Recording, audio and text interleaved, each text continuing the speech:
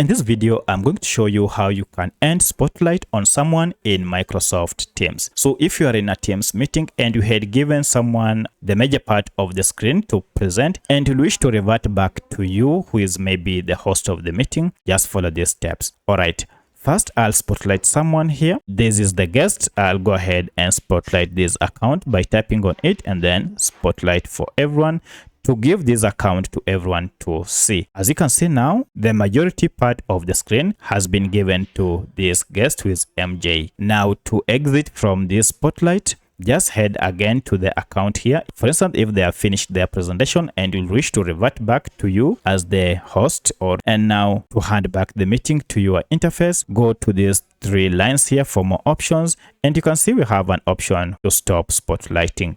If you tap on this, confirm that indeed you want to stop spotlighting, and you're told the video will no longer be highlighted for everyone in the meeting. And I'll tap on OK, and now I'll have stopped spotlighting for this person in this meeting. So that's how you can end or stop spotlighting for anyone in a Microsoft Teams meeting. If you have any other question, kindly let me know in the comment section. Otherwise, thanks for watching and let's meet in the next video.